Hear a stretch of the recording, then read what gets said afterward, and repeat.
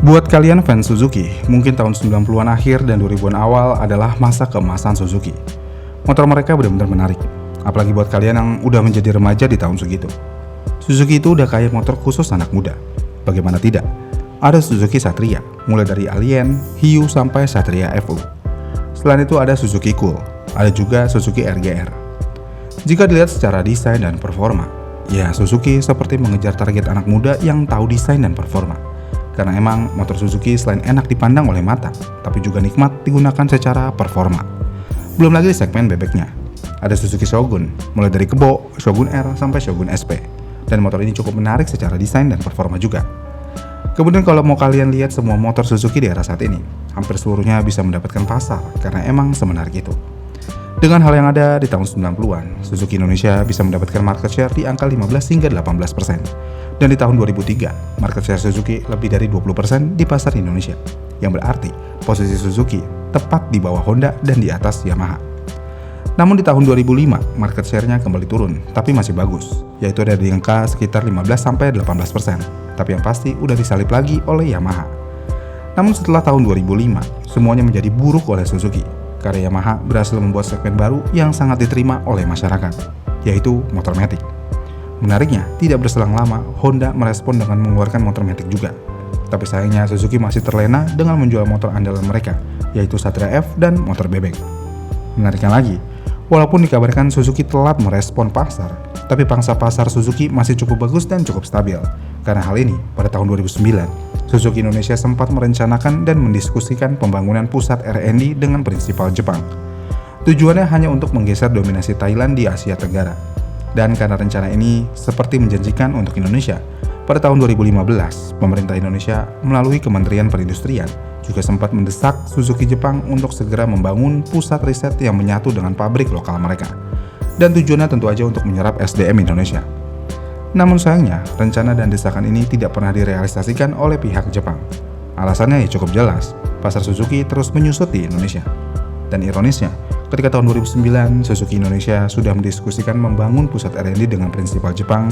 Bahkan di tahun 2015, pemerintah Indonesia juga sudah mendesak Suzuki Jepang untuk merealisasikan hal tersebut.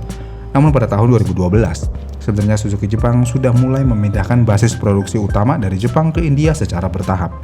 Dan setelah memindahkan pusat produksi dan R&D ke India secara bertahap dan dirasa sangat berhasil, beberapa tahun kemudian, tepatnya pada tanggal 28 Agustus 2022, di momen perayaan 40 tahun bisnis Suzuki di India, Presiden Suzuki Motor Corp meresmikan pendirian Suzuki R&D Center India Private Limited atau SRDI. Dan setelah SRDI sah berdiri di India pada tahun 2022, arah pengembangan motor global Suzuki resmi dikendalikan dari sana. Dan sayangnya Indonesia langsung tidak lagi mendapatkan prioritas pengembangan desain motor lokal dari Jepang. Dan saat ini hanya bertindak sebagai pasar penerima produk jadi atau CBU berbasis riset India. Dan jika kita bandingkan dengan Yamaha misalnya, Yamaha resmi menjadikan Indonesia tuan rumah dan pusat R&D pada tahun 2015. Dan hal ini tentu aja membuat Yamaha masih bisa terus bersaing di pasar Indonesia. Selain Yamaha tentu aja Honda di bawah AHM juga resmi menjadikan Indonesia sebagai tuan rumah dan pusat R&D secara terstruktur pada tahun 2012. Ya walaupun memang cukup jelas sih alasannya kenapa Yamaha dan Honda berani membuat R&D di Indonesia, karena mereka memang memiliki pasar. Sedangkan Suzuki, ya ini adalah hal yang harus kita terima. Kalau Suzuki setelah tahun 2008 ke atas sudah kehilangan pasarnya. Dan diketahui Suzuki Jepang bersikap cukup realistis berdasarkan angka penjualan dan market share motor Suzuki di Indonesia yang terus merosot, apalagi saat ini hanya ada di bawah 2% aja. Dengan kondisi ini, bagi berinisial Jepang menguncurkan dana investasi triliunan rupiah untuk riset motor baru di Indonesia mungkin akan dinilai tidak masuk akal secara ekonomi, karena potensi pengembalian modalnya terlalu kecil. Belum lagi dikabarkan juga, Suzuki Jepang menemukan bahwa biaya produksi per unit di India jauh lebih murah dibandingkan Indonesia.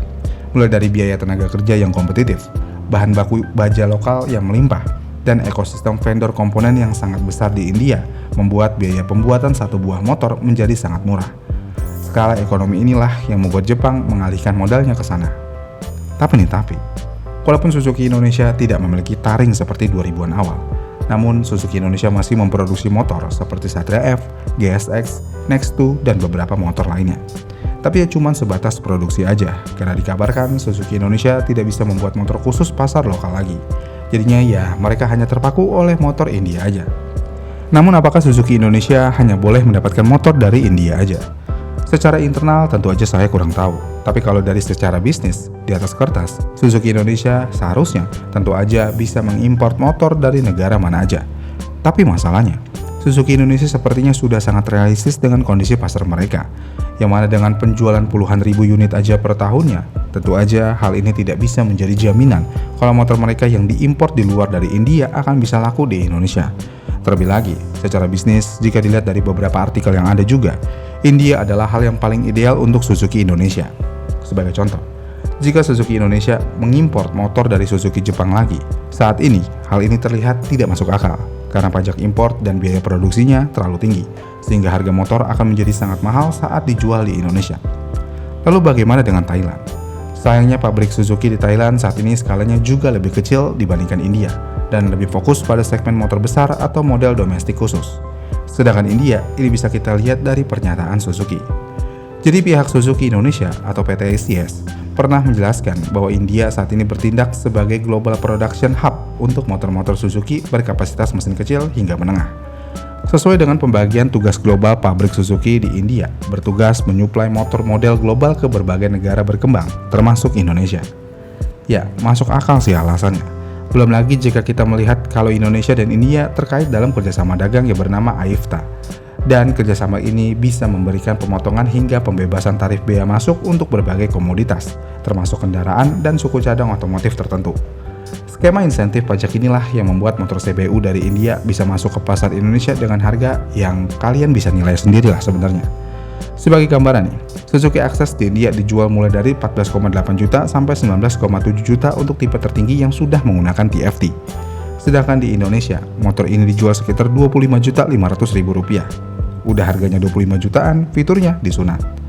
Tapi ini adalah hal yang paling masuk akal dan rendah resiko untuk Suzuki. Dan India aja yang saat ini bertindak sebagai pusat untuk pasar ekspor termasuk Indonesia. Suzuki harus menjual motor yang sudah disunat dengan harga yang tinggi. Gimana kalau Suzuki Indonesia mengimpor motor dari Taiwan atau Jepang? Harganya tentu aja akan menjadi tidak masuk akal untuk pasar Indonesia. Sudah diimpor dari India, yang paling logis saja penjualan Suzuki masih bisa dibilang cukup stagnan, apalagi kalau dari non-India. Mungkin aja penjualannya akan sama aja atau mungkin bisa menurun akibat kemahalan. Jadi ya mau bagaimanapun, secara bisnis, Suzuki Indonesia memang sudah tidak bisa mendapatkan sesuatu yang bagus lagi seperti zaman dulu. Jadi dikabarkan Suzuki Indonesia tugasnya saat ini hanya memantau dan melihat pergerakan pasar aja. Jika ada motor yang dinilai menarik dan cocok untuk pasar Indonesia, mereka akan masukin, tapi jika tidak, ya mereka akan bertahan. Dan apakah Suzuki Indonesia dipandang sebelah mata oleh Suzuki Jepang? Ya kemungkinan besar iya. Karena mau bagaimanapun, market share Suzuki di Indonesia ya kecil banget. Dan hal ini sudah menjadi hal yang cukup untuk memandang sebelah mata Suzuki Indonesia. Dan Suzuki Indonesia juga harus menerima itu. Apalagi kalau kita melihat website Suzuki India. Sayangnya motor andalan mereka masih Suzuki Avenis dan Suzuki Brookman 125. Dan kalian tahu sendiri motor ini di Indonesia gimana. Yang satu jadi bahan meme, yang satu untungnya bisa menjadi tulang punggung. Tapi walaupun begitu, angka penjualannya tidak terlalu mengesankan karena hanya terjual ribuan unit aja per tahunnya. Ya beginilah nasib jadi produsen yang memiliki market share kecil. Hampir mustahil dikasih kesempatan untuk mengembangkan motor karena terlalu beresiko membuat rugi perusahaan induk. Iya kan? Gimana nih menurut kalian? Komen di kolom komentar di bawah ya. Terima kasih sudah menonton dan sampai jumpa di video selanjutnya.